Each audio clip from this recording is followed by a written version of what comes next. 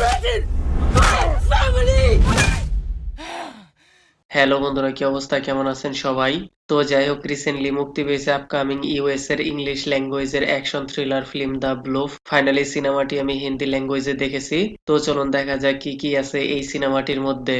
তো ভাই সাহেব, এই ইন্ডিয়ান গার্লকে তো অলরেডি হলিউডের অনেক সিনেমার মধ্যেই দেখেছেন, বাট এই সিনেমার মধ্যে তাকে যেভাবে প্রেজেন্টেশন করা হয়েছে, bloody brutal action well trend fighter, যা দেখে আপনি স্যাটিসফাই হয়ে যাবেন। আপনি যদি এরকম ব্রুটাল অ্যাকশন ফাইটিং সিকোয়েন্স দেখতে পছন্দ করেন, তাহলে এই সিনেমাটি আপনার জন্যই। আর সিনেমার স্টোরি লাইন যেমনই হোক না কেন, সিনেমার মধ্যে যে লেভেলের অ্যাকশন ফাইটিং সিকোয়েন্স কোরিওগ্রাফ করা হয়েছে, রিয়েলি মাইন্ড ব্লোয়িং।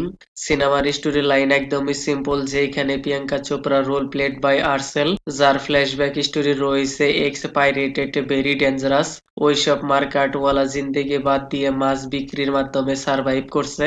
বাট কথায় আছে না, অতীত কখনো পিছু ছাড়ে না। কার্ল আরবান ইয়ানি ক্যাপ্টেন কনার তার লাইফে আবার চলে আসে, যার ফলে আবার শুরু হয়ে যায় পুরনো সেই খেলা, মারকাটওয়ালা অ্যাকশন ফাইটিং করে বেঁচে থাকার লড়াই।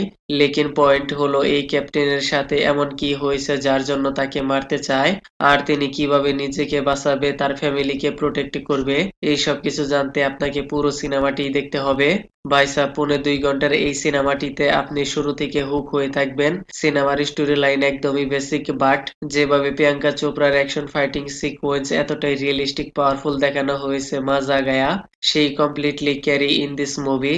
খুন খারাপ, ক্রোকোডাইল ব্রুটাল সিন, এইরকম ভয়ঙ্কর লেভেলের ট্র্যাপ এক্সিকিউট করা হয়েছে। She nailed her role. আর ক্যাপ্টেন হিসেবে তারও অ্যাক্টিং, পার্সোনালিটি, ফাইটিং সিকোয়েন্সে পারফেক্টলি লেগেছে। মেন ফোকাস তাদের দুইজনকে হাইলাইট করা হয়েছে। আর মাঝখানে মাঝখানে তাদের দুইজনের ফ্ল্যাশব্যাক স্টোরির কিছুটা ঝলক দেখতে পাওয়া গেছে, বাট ডিটেলস হলে আরেকটু বেটার হতো। কিন্তু প্রোডাকশন কোয়ালিটি পারফেক্টে লেগেছে। সমুদ্র, জঙ্গল, পাইরেটেড শিপ, একদম রিয়েলিস্টিক ফিল হয়েছে।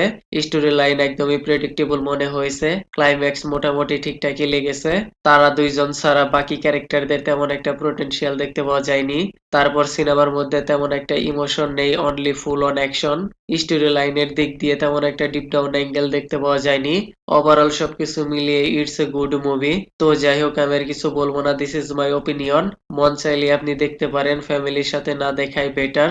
And kindly subscribe my channel. Okay then, ভিডিওটি কেমন লেগেছে আপনার? ধন্যবাদ, দেখা হবে পরের ভিডিওতে।